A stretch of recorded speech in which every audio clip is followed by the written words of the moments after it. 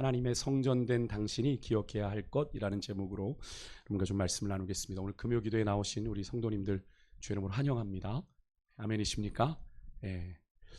마지못해 나오신 거 아니죠?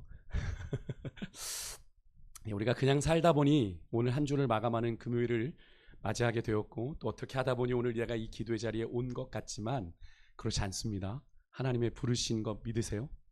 하나님의 부르심인 줄 믿습니다. 하나님이 우리가 오늘 여기에 오기를 원하셨다는 사실입니다. 여러분, 구원받은 여러분들이 어떤 존재인지를 여러분들은 인식하며 살고 계십니까? 내가 구원받았다고 하는데 구원받은 내가 어떤 존재인지, 여러분 안에 성령이 거하고 계신다는 이 사실을 여러분은 얼마나 여러분 안에 인식하며 살아가고 계십니까? 우리가 CCTV만 길가에 있어도, 도로에 단속 카메라만 있어도 그것을 의식하여 우리 행동이 변합니다. 그죠? 최소한 브레이크라도 밟잖아요. 그렇죠? 그것을 피해 가잖아요. 여러분, 우리 안에서 두 눈 시퍼렇게 뜨고 살아계신 그 성령님, 여러분은 얼마나 의식하며 매일매일을 살아가고 계십니까?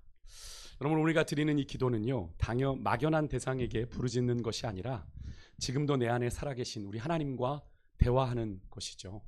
여러분, 오늘 그 사실을 이 말씀을 통해서 우리가 좀 확인하고 싶습니다. 여러분, 사도 바울은 먼저 오늘 본문을 통해서 여러분이 하나님의 성전이다라고 선언을 하고 있습니다. 우리 16절 말씀 한 번만 더 같이 읽어볼게요. 같이 읽습니다. 시작. 너희가 하나님의 성전인 것과 하나님의 성령이 너희 안에 계시는 것을 알지 못하느냐, 이렇게 말합니다. 여기서 사도 바울이 알지 못하느냐라고 묻고 있는 건 뭘 의미하겠습니까? 고린도 교회 성도들이 그것을 잊고 살고 있다라는 거예요. 그들이 하나님의 성전인 것, 하나님의 성령이 그들 안에 거하는 것을 잊고 살고 있다라는 겁니다. 그런데 그것이 여러분 고린도 교회 성도들만의 이야기인지 여러분 한번 돌아보실 수 있기를 바라요. 혹시 오늘을 살고 있는 우리들의 이야기는 아닌지. 교회에 오면 겨우 생각나는 거야. 내 안에 성령님이 계셨지. 그렇게 교회 와서 예배 드릴 때 그때서야 우리가 생각나고 정신없이 살아가고 있었던 우리의 삶은 아닌지. 여러분, 유대인들에게 있어서 성전은, 여기서 성전이라는 이 단어가 그냥 건물이 아니었죠. 그냥 우리가 예배 모여드리는 장소가 아니었습니다. 하나님이 실제로 임재하시는 거룩한 공간이었습니다.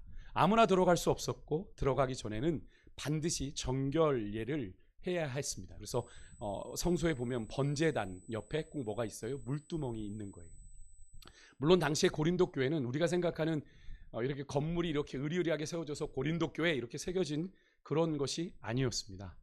아시겠지만 이방 신전들이 자리 잡은 이 고린도, 이 항구 도시인 이 고린도 지역에 사실 작은 가정교회들이었습니다. 그러니까 고린도 교회라고 하면 이걸 단수로 우리가 바라보기보단 사도 바울이 고린도 지역에 있는 교회들에게 쓴 편지다, 이렇게 이해하시는 게 더 좋습니다. 왜냐하면 각 가정의 가정교회들, 작은 교회들이었기 때문에 그래요. 그러니까 세상의 기준으로 볼 땐 저게 교회야? 라고 할 수밖에 없는 그런 작은 것들이었다는 거예요. 보잘것없어 보였어도 바울은 그곳이 어떤 곳이다? 성령이 거하시는 하나님의 거룩한 처소다 라는 것을 일깨워 주면서 그 안에 일어나고 있는, 그런데 그 작은 공동체 안에서도 서로 내가 크다, 네가 크다, 나는 아볼로다, 나는 바울이다, 나는 게바다, 이렇게 분열과 교만이 일어나는 것이 얼마나 큰 문제인지를 지금 그들에게 경고하며 쓰고 있는 게 이 고린도전서거든요. 17절에 이렇게 말합니다. 누구든지 하나님의 성전을 더럽히면, 이렇게 얘기했는데, 그래서 더럽히면이라는 이 번역된 단어가 원래는 파괴하다입니다. 파괴하다. 더 강력한 이미지가 있어요. 그냥 더럽히는 것, 약간 좀 때묻히고 이러는 정도가 아니라 하나님의 성전, 교회를, 하나님의 성전을 더 파괴하면, 하나님의 성령이 임재하는 교회를 그렇게 지속적으로 괴롭히고 망가뜨리면 하나님이 그 사람을 어떻게 하신대요? 멸하신다라고 말합니다. 이 멸하신다도 사실을 원뜻을 보면 하나님이 파괴하신다라는 뜻이에요. 하나님의 성전을 무너뜨린다, 하나님이 그 인생을 망가뜨리신대요. 여러분들은 여러분들이 이렇게 귀한 성전된 존재라는 사실을 인지하며 살아가고 계십니까? 이 말을 한번 여러분의 마음으로 한번 좀 이 시간 잠깐만 좀 받아보시겠어요? 여러분 눈을 살짝 감으시고, 나는 하나님이 거하시는 성전입니다. 내 안에 성령님이 살고 계십니다. 지금 이 순간에도. 여러분, 이것을 여러분의 마음속에 어떻게 이 말이 받아들여지십니까?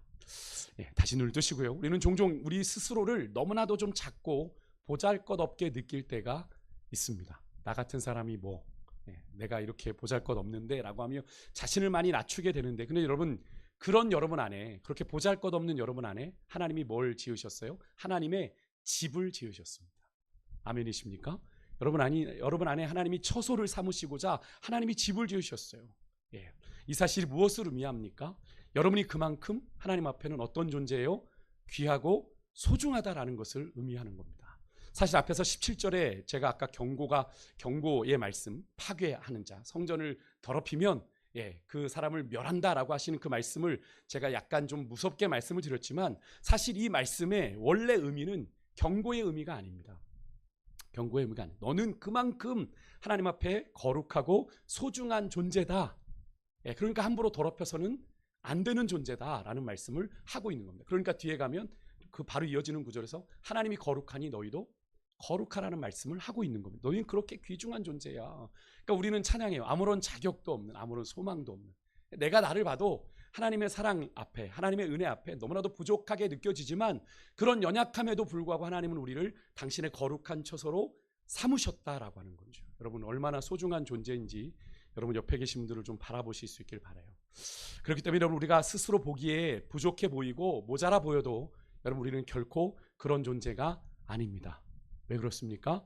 거룩하신 하나님이 어디에 계세요? 그 보잘것없어 보이는 우리 안에 거하고 계시기에. 여러분 믿으십니까? 여러분 꼭 믿으실 수 있길 바라요. 좀 더 쉽게 비유하면 이런 거죠. 여러분 왕이 머무는 궁전은 건물 자체의 그런 화려함이나 대리석이나 이런 걸로 지었기 때문에, 그래서 왕궁이 귀한 것이 아니라 그곳에 누가 거하시기에 왕궁이 귀한 겁니까? 왕이 거하시기 때문에, 그죠? 특별한 곳이 되는 거잖아요, 그죠? 그래서 여러분 왕가 사는 남자도 보면 그 섬에서 그곳이 특별한 수라상이, 밥도 못 먹는 그 지역에서 수라상이 올라가는 이유가 뭡니까? 거기에 왕이 있어서 그런 거잖아요. 마찬가지입니다. 여러분 성도는 인간적인 조건 때문이 아니라 하나님이 그 속에 임재하고 계시기 때문에 거룩한 존재입니다. 아멘이십니까? 그게 여러분들이에요. 마지막으로 정리하면 17절의 말씀은 성전된 너희가 잘못되면 끝이다. 더럽히면 멸한다 이렇게 말씀하시니까 성전된 너희가 잘못되면 끝이다라는 그런 경고의 말씀이 아니라, 너희는 하나님의 거처가 된 그런 존재이기에 함부로 너희들은 살아서는 안 돼라고 하는 하나님의 그런 존엄과 책임이 우리에게 있다라는 그런 말씀입니다. 그런데 그런 고린도 교인들에게, 그렇게 소중한 존재인 고린도 교회 안에 심각한 문제가 있었죠. 그들은 하나님보다 누구를 더 붙들고 있었어요? 사람을 붙들고 있었습니다. 게바, 바울, 아볼로, 그죠? 바울은 오늘 새벽 본문에서 그런 그들의 모습을 이렇게 표현했죠. 나는 바울에게라, 나는 아볼로에게라. 오늘 앞에 보면 4절에 나는 바울에게라, 나는 아볼로에게라 이렇게 얘기하면서 소속을 나눴어요. 같은 교회 공동체 안에서 편을 가르고 사람을 중심으로 신앙을 세우고 있었던 겁니다. 그런 그들의 잘못된 신앙의 원인으로 사도 바울은 이것을 얘기합니다. 지혜와 어리석음을 언급하고 얘기해요. 먼저 바울은 18절에 이렇게 말합니다. 아무도 자신을 속이지 말라, 이렇게 경고로 시작하는데, 여러분 이 말은요, 지금 고린도 교회 안에 있는 이 분열의 문제의 뿌리가 외부에 있는 것이 아니라 내부, 즉 너희 안에 있다라는 말입니다. 당시에 고린도 교회 안에 스스로 지혜 있다라고 여기는 자들은 이런 착각을 좀 하고 있었어요. 여러분 그 당시에 그리스 문화에서, 헬라 문화에서 이 지식이라고 하는 건 수사학과 더불어서 되게 높은 취급을 받았습니다. 그래서 수사학은 여러분 말과 글을 통해서 사람을 설득하는 기술이나 학문을 말하지 않습니까? 그 당시에 그게 되게 유행을 했습니다. 그러니까 그것으로 인해서 아볼로는 성경에 능통한 사람이었죠. 그러니까 잘 가르치니까 아볼로를 따라가는 사람들이 있었고, 여러분 바울이 생각보다 달변가가 아니었다라는 거 여러분 아십니까? 사도 바울이 눌변가였습니다. 사도 바울은 말에 대한 징크스가 좀 있는 사람이었습니다. 그래서 글을 많이 썼던 건데요. 바울이 생각보다 달변가는 아니었습니다. 그렇지만 사도 바울은 배운 것이, 사도 바울도 많은 사람이죠. 당시의 철학, 수사학적인 기교를 갖춘 교사들이 많았고요.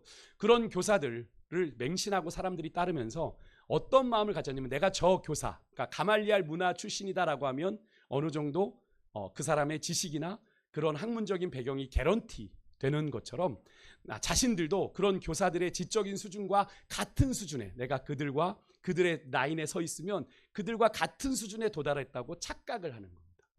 너 어디 속했어? 내가 아볼로 선생님한테 그래도 말씀 좀 배웠잖아. 그럼 아볼로만큼 이렇게 바라보는, 좀 쉽게 말씀드리면. 하지만 바울은 분명히 말합니다. 이런 그들의 생각이 세상의 왜곡된 잣대로 자신들을 지적으로 과대 포장한 거다. 그렇지 않으면서, 실상은 그렇지 않으면서 말이죠. 그러면서 사도 바울은 구약의 두 말씀을 인용합니다. 하나는 욥기서고 하나는 시편인데 기록된 바하고 이어지죠. 하나님 앞에서 그런 세상의 지성인들이 자랑하는 사상과 논리가 하나님의 지혜 앞에서는 얼마나 보잘것없는지를 구약을 인용해서 사도 바울이 이야기합니다. 너희들이 그토록 맹신하고 따르려고 하는 그런 세상의 지혜가 얼마나 미련하고 어리석은 것인지 하나님 보실 때. 먼저 19절 보세요. 기록된 바 다음에 나오는 그 구절이 욥기서 5장 13절인데 하나님은 지혜 있는 자들로 하여금 자기 꾀에 빠지게 하시는 이다라고 소개를 하고 있습니다. 사도 바울은. 여기에 꾀라고 하는 건 교활한 술수를 부리고 뭔가를 조작하는 걸 말하죠. 하나님은 인간이 자신의 지혜를 의지해서 어떻게든 내가 더 가지고 더 벌어보려고 하는 그런 계획을 이용해 그들을 함정에 빠뜨리시는 분이다. 그러니까 하나님 없이 자기 지혜만 믿고 자기 지혜를 절대화해서 하나님보다 높아지려고 하는 인간의 교만을 하나님이 인간의 지혜를 가지고 어떻게 해요? 그들을 무너뜨리시는 분이다라는 말이죠. 심판하신다라는 거예요. 둘째로 20절에 보면 이 부분은 시편 94편 11절인데 여기 화면을 보시면 주께서 지혜 있는 자들의 생각을 헛것으로 아신다고 되어 있는데 시편의 원래 본문은 사람의 생각입니다. 근데 그것을 사도 바울은 지혜 있는 자로 바꿔서 하나님께서 지혜 있는 자의 생각을 헛것으로 만드신다 이렇게 얘기하고 있는 거죠. 그러니까 당시의 지성인들이 자랑하는 그 사상과 논리가 하나님 앞에서 얼마나 허무하고 공허한 것인지를 사도 바울은 얘기하고 있는 겁니다. 즉 인간의 이성이 아무리 뛰어나다고 하더라도 고린도전서 1장 25절의 말씀처럼 하나님의 어리석음이 인간의 지혜보다 뛰어난 것이죠. 그죠? 어리석음보다 그래서 이 인간의 이성이 아무리 뛰어나다고 해도 하나님의 어리석음보다 못합니다. 그러니까 그들의 계획은 하나님의 주권 앞에선 아무것도 아닌 거죠. 아무리 계획을 해도 하나님이 틀어버리시면 안 되는 거잖아요. 근데 고린도 교회 성도들이 자기 욕심대로 그런 세상의 지혜를 또 세상의 지혜에서 능통하다고 하는 사람들을 따라갔다고 하는 거죠. 그러면서 그 안에서 자신들도 그런 지적인 능력이 있는 것처럼 그런 수준을 가진 것처럼 오해했다라는 겁니다. 그러면서 결론적으로 사도 바울은 21절에서 이렇게 말합니다. 아무도 사람을 자랑하지 말라. 여러분 이게 뭘 의미하냐면 당시에 특정한 지도자를 숭배하고 당시에 파벌을 만드는 행위가 고린도 교회 안에 있었죠. 그죠? 바울, 아볼로, 게바, 그리스도파. 충성처럼 보여요. 사람에게 대한 충성처럼 보이지만 실상은 그 지도자의 권위를 빌려서 내가 바울 출신이잖아. 내가 바울께 속했잖아. 내가 아볼로 쪽에 내가 배웠잖아. 자신의 지위를 은근히 높이려는 욕망이 배후에 있는 겁니다. 요즘으로 치면 그런 겁니다. 요즘에는 이제 뭐 하도 교회를 이제 이곳저곳 뭐 다니니까 내가 사랑의 교회 다녔잖아. 내가 분당 우리 교회 다녔잖아. 이러면 먼저 자기가 딱 그런 그 교회의 명성만큼이나 유명한 것만큼이나 그렇게 자기가 신앙의 수준을 가지고 있다고 착각하는 성도들이 있을까요? 없을까요? 있습니다. 정말 있어요. 기가 막힙니다. 솔직히 목회자가 볼 땐 되게 기가 막힙니다. 실상은 정말 그렇지 않은데 자기들이 그래서 교회 와가지고 작은 데 오면 판단해. 이 교회는 이런 거 없네. 이런 거 없네. 이러면서 교회를 판단해요. 정말 기가 막힙니다. 목회자로선 하나님이 저분을 어떻게 보실까 하는 그런 안타까움이 있는데 그런 거죠. 내가 그 교회 출신이다. 주일 예배밖에 가지 않으면서 주일 예배 한번 달랑 드리고 오면서 나는 거기에 등록된 교인이다라는 걸로 엄청난 프라이드를 가지고 있는 거죠. 그리고 내가 누구 어떻게 좀 유명한 CBS 시티에서 나오는 목사님들의 설교를 줄줄줄 들으면 내가 그분들 설교를 많이 듣고 있다. 결국 그러놓고선 본인 교회 목사님 설교는 안 들어요. 뭘 안 들을 수도 있어요. 그런데 그것으로 자기의 믿음을 그런 식으로 포장한다라는 거죠. 그분들의 설교를 들으면 내가 그분들이 그렇게 촉망받고 명망 있는 목사가 된 것처럼 나의 믿음이 그 정도 된다라고 그렇게 생각을 하는 겁니다. 그러니까 사도 바울은 그런 사람들을 향해서 이렇게 경고하는 겁니다. 여러분 세상의 지혜나 논리 기준으로 하나님을 판단하려고 하지 말라고 이야기해요. 사도 바울은 이렇게 단호하게 경고해요. 하나님의 지혜는 세상의 지혜와 차원이 다릅니다. 오히려 하나님은 세상에서 어리석고 미련해 보이는 뭐를 통해서 하나님의 구원의 역사를 이루셨어요? 십자가. 그죠? 십자가가 멸망하는 자들에겐 미련한 것이지만 믿는 자들에겐 뭐가 돼요? 하나님의 능력이 되잖아요. 이런 역설이 어디 있습니까? 십자가는 인간의 관점으로 볼 땐, 세상의 관점으로 볼 땐 진정한 실패예요. 끝났으니까. 십자가에서 죽은 것으로 끝났으니까. 그런데 그 십자가를 통해 하나님이 온 인류를 구원하는 하나님의 구원의 역사를 이루셨잖아요. 이게 어찌 세상에서 가능한 얘기겠습니까? 그런데 여러분, 당시에 사람을 중심으로 그렇게 신앙을 세우고 있었던 고린도 교회의 현실을 오늘에 적용해 보면 이런 겁니다. 아까 제가도 말씀드렸지만 우리는 어떤 목사님이, 어떤 교회가, 어떤 신앙의 선배가 특별히 하나님과 더 가까울 거라고 생각하는 거죠. 대형 교회, 그죠? 큰 교회, 큰 목사님, 그렇게 생각할 때가 있는데, 그래서 여러분 그 사람에게 더 의존하고 여러분 그 사람의 말에 신앙이 되게 흔들리는 걸 보게 됩니다. 물론 여러분 좋은 신앙의 멘토를 만나고 선배를 만나고 목회자를 만나는 건 귀한 일이죠. 하나님이 주신 선물이기도 합니다. 하지만 여러분 그 사람이 여러분의 신앙의 중심이 되어서는 절대로 안 됩니다. 사람은 결국 실망시킬 수 있거든요. 사람은 떠나기도 하고 변하기도 합니다. 그래서 여러분 오직 예수 그리스도만이 우리 신앙의 중심이 되어야 될 줄 믿습니다. 우리의 신앙의 중심은 예수 그리스도가 되어야 돼요. 여러분의 신앙은 어떻습니까? 그리스도 중심이십니까? 아니면 여러분의 가까운 신앙의 멘토, 선배나 목회자가 여러분의 신앙의 중심이십니까? 여러분의 신앙에 결정적인 영향을 주는 사람이 누구세요? 존재가. 사도 바울은 분명히 말합니다. 누구든지 사람을 자랑하지 말라고요. 여러분, 이 말은 사람을 하나님과 연결해주는 그 사람을 하나님보다 앞세우지 말라는 말입니다. 하나님이 당신의 도구로 사용하신 사람이잖아요. 그죠? 당신의 뜻을 전하는 도구로 사용하신 그 사람을 하나님보다 더 크게 여기니까 요즘 우리가 지금 보고 있는 맹신하여 따라가는 사람들이 존재하고 있는 거예요. 그죠? 하나님 뜻이 아닌지도 분별하지 않고 그 사람이 부른다 그러면 가는 거잖아요. 그죠? 그게 올바른 신앙입니까? 그렇지 않습니다. 마지막으로 4장에 넘어가면 사도 바울은 고린도 교회 성도들을 향해서 하나님의 신실한 일꾼이 되라 이렇게 당부를 합니다. 우리 4장 1절 2절 말씀 우리 같이 한번 좀 읽어볼까요? 같이 읽습니다. 시작. 사람이 마땅히 우리를 그리스도의 일꾼이요 하나님의 비밀을 맡은 자로 여길지어다. 그리고 맡은 자들에게 구할 것은 충성이니라. 아멘. 여러분, 여기 하나님의 비밀을 맡은 자, 여기 맡은 자라는 이 단어가 우리가 잘 아는 청지기라는 단어입니다. 청지기. 그래서 오이코모노스, 그래서 집을 관리하는 사람, 주인의 재산을 맡아 관리하는 사람이란 뜻이에요. 청지기, 맡은 자.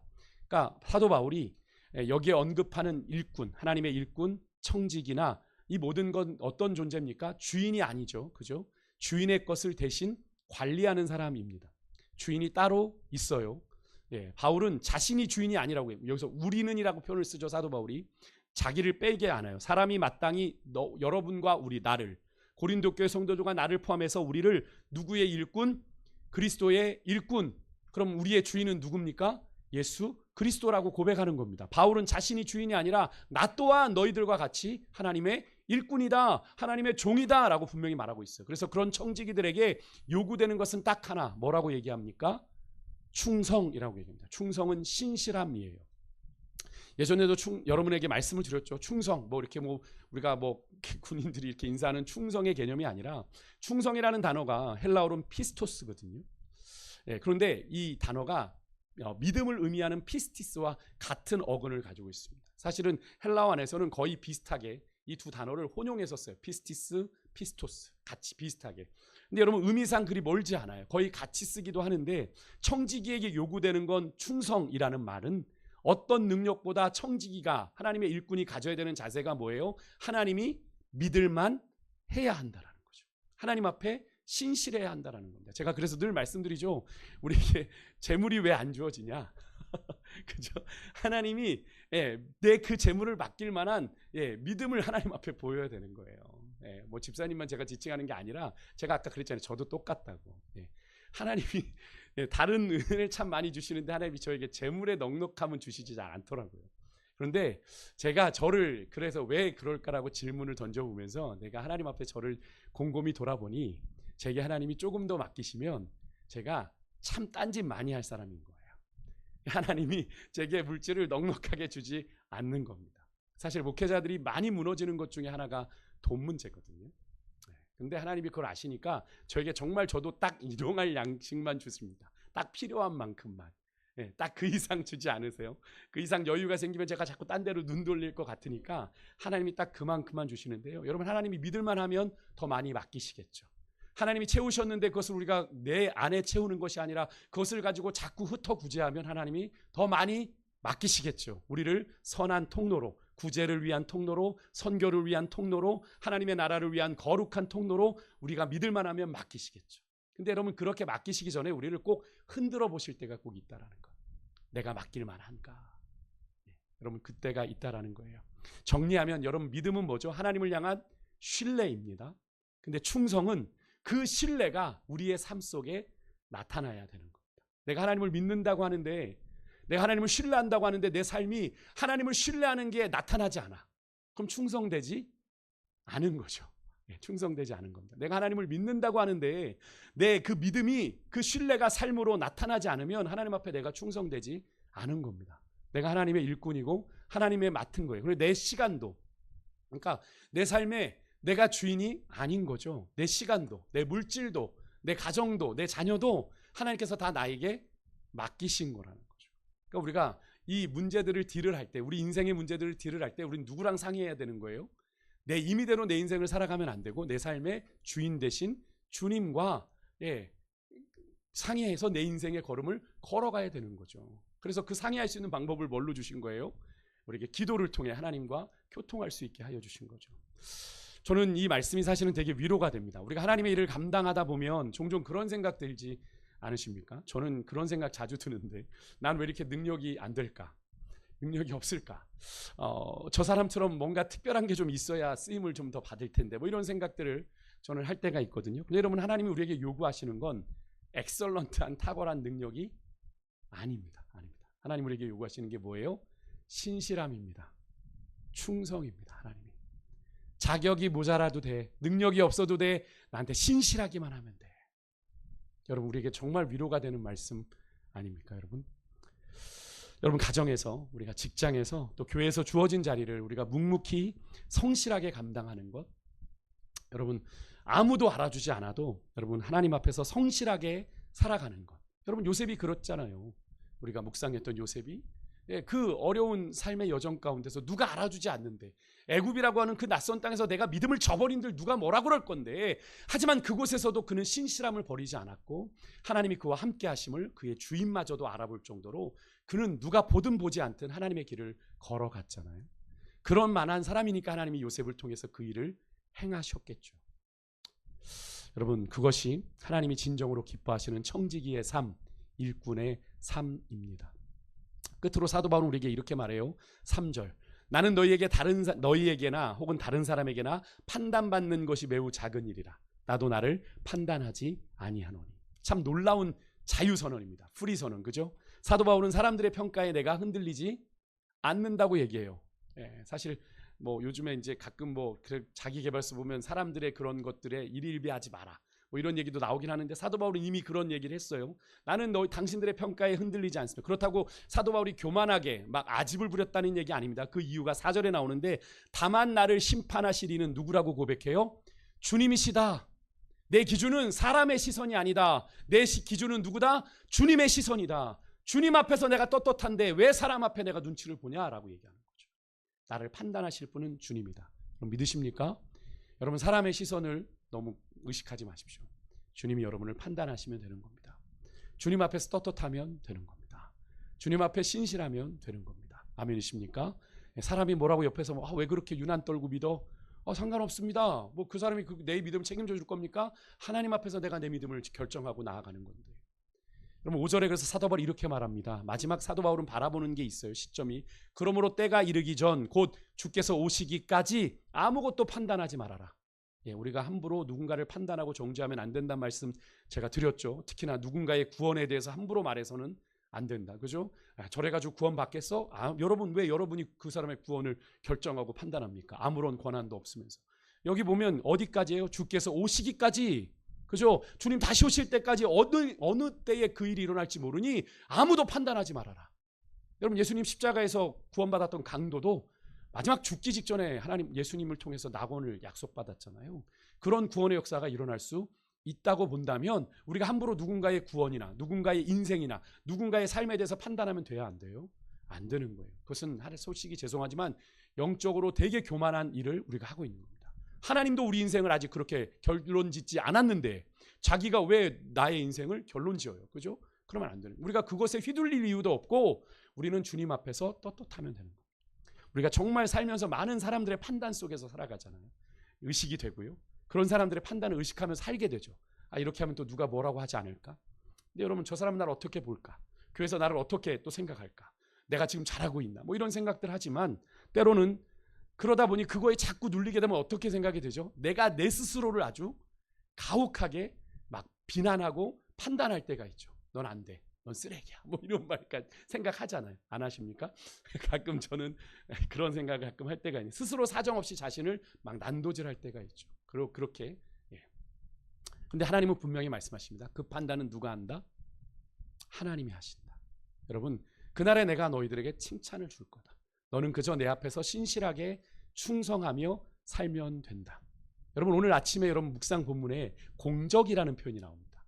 교회를 세워가는 그 공적이 금, 은, 보석, 나무, 집, 흙. 나무, 집, 그 다음에 이게 있는데 세 개가 다른 겁니다. 여러분, 금은 보석은 불에 타지 않는 것이죠. 그죠? 그리고 나무, 흙 같은 나머지는 세 개는 불에 타는 겁니다. 그러니까 우리가 주를 위해서 교회를 세워가는데 사역을 감당해요. 여러분, 어떤 일들을 할지를 잘 생각하셔야 됩니다. 나를 드러내는 어떻게든 나의 욕심으로 이루어지는 나무, 흙 하면 안 돼요. 나무, 집 같은 건. 그건 여러분, 그것은 주님이 나중에 심판하시는 불이 임할 때, 판단하는 불이 임하는데 그 불에 다 타버리면 아무것도 안 남는 거예요. 근데 하나님이 불을 판단하는 불을 보내셨을 때 남는 건 뭡니까? 금, 은, 보석입니다. 이게 뭐 돈을 의미하는 거 아닌 거 아시겠죠? 정금 같은 믿음이 남는 거예요. 여러분, 우리가 하나님을 위한 공적을 우리 교회와 우리 가정을 위해서 쌓아갈 때 여러분, 하나님께 좋게 하는 인생이 되어야 될 줄 믿습니다. 최종 판단자는 누구예요? 하나님이세요. 중간에 사람들의 소리에 휘둘리지 마십시오. 사람의 판단, 사람의 시선에서 자유하시기를 주의 이름으로 축복합니다. 그래서 사도 바울이 이런 고백을 했던 거죠. 갈라디아서 1장 10절을 같이 한번 좀 읽어볼까요? 같이 읽겠습니다. 시작. 이제 내가 사람들에게 좋게 하랴, 하나님께 좋게 하랴, 사람들에게 기쁨을 구하랴. 내가 지금까지 사람들의 기쁨을 구하였다면 그리스도의 종이 아니니라. 아멘. 여러분, 이 구절에서요, 사람들에게 좋게 하라라는 이 표현이 4번 나와요. 이 작은 구절 안에. 그죠? 내가 사람들에게 좋게 하랴, 사람들에게 기쁨을 구하랴. 내가 지금까지 사람들에게 기쁨을 구하였다면 나는 그리스도의 종이 아니다. 3번이네요. 죄송해요. 그죠? 그것이 내게는 의미가 없다. 나는 하나님께 기쁨이 되는 존재가, 하나님을 즐겁게 하는, 하나님을 기쁨 되는 존재가 되겠다라고 고백하죠. 여러분, 말씀 마치겠습니다. 오늘 본문에서 사도 바울은 우리 믿는 자들에게, 우리 성도들에게 3가지를 선언하고 있어요. 고린도 교회 성도들을 빗대어서. 여러분 한번 따라해 볼까요? 당신은 하나님의 성전입니다. 성령께서 지금도 이 순간에도 당신 안에 역사하고 계심을 여러분 믿으시길 바랍니다. 아멘이십니까? 우리 안에 계신 성령님께서 오늘 이 밤 일하실 걸 믿으세요? 내 안에 자유함을 주실 겁니다. 그 안에 내 안에 상처났던 것을 싸매어 주시고 어루만지시고 단건하게 하실 거예요. 둘째로, 당신은 그리스도의 것입니다. 한번 따라해 보시겠어요? 당신은 그리스도의 것입니다. 여러분, 사람이 아니라 그리스도를 붙잡으시기를 주님으로 축복합니다. 사람 붙잡지 마십시오. 나는 바울에게라, 아볼로에게라, 게바에게라 하지 마십시오. 하나님만 붙잡으시기를 주님으로 축복하고요. 셋째는, 하나님은 우리의 능력이 아니라 우리의 뭘 보세요? 신실함을 보십니다. 아멘이십니까? 충성이요. 피스티스. 여러분, 사람의 칭찬이나 판단이 아니라 하나님의 칭찬, 하나님의 판단을 바라보며 사시는 여러분과 제가 될 수 있기를 축복합니다. 여러분, 이 3가지가 우리의 신앙의 뿌리가 될 때, 여러분 이 3가지 꼭 기억하십시오. 우리는 흔들리지 않을 수 있어요. 믿음의 길을 걸어가면서. 우리가 사실 계속 흔들리게 되는 건 사람 때문이고요. 그죠? 사람들의 시선 때문이고요. 사람들의 판단 때문이거든요. 근데 여러분, 우리가 우리의 심지를 하나님께 내리면 사람이 우리에게 어떻게 하겠어요? 그죠? 주님이 나를 위하시면, 그죠? 사도 바울의 고백을, 환난이나 기근이나 위험이나 적신이나 칼이랴, 그 어떤 것에서도 하나님의 사랑에서 나를 끊을 자가 없다라고 분명히 사도 바울은 이야기하잖아요. 여러분 믿으십니까? 그 사도 바울의 고백은 우리의 고백인 줄 여러분 믿습니다. 그러니까 어떤 상황에서도 여러분 하나님 앞에 당당하게 서는 그날을 바라보며 믿음의 경주를 달려가십시다. 아멘이십니까? 우리 같이 찬양하기 전에 우리가 좀 찬양할 때 오늘 여러분들이 조금 어려우신 듯한데, 나에만 받으소서 우리 찬양 한번 하나님 앞에 고백하면서, 제가 이 말씀을 준비하면서 이 찬양이 계속 맴돌았는데요. 여러분, 우리가 주님의 처소가 되어질 때, 나의 전부가 되신 주님이 내 마음을 받으실 때, 여러분 우리의 삶에 얼마나 놀라운 일들이 생길까요? 여러분 기대하셨으면 좋겠어요. 내가 생각하고 내가 꿈꾸는 건 내가 가진 것의 한계겠지만 내 안에 살아 역사하시는 주님은 우리의 생각과 우리의 이해를 뛰어넘으시는 분이죠. 아멘이십니까? 오늘 밤 그 역사를 좀 기대하며 나아갔으면 좋겠는데요. 이 시간 우리 그 마음으로 함께 이 찬양 고백하겠습니다.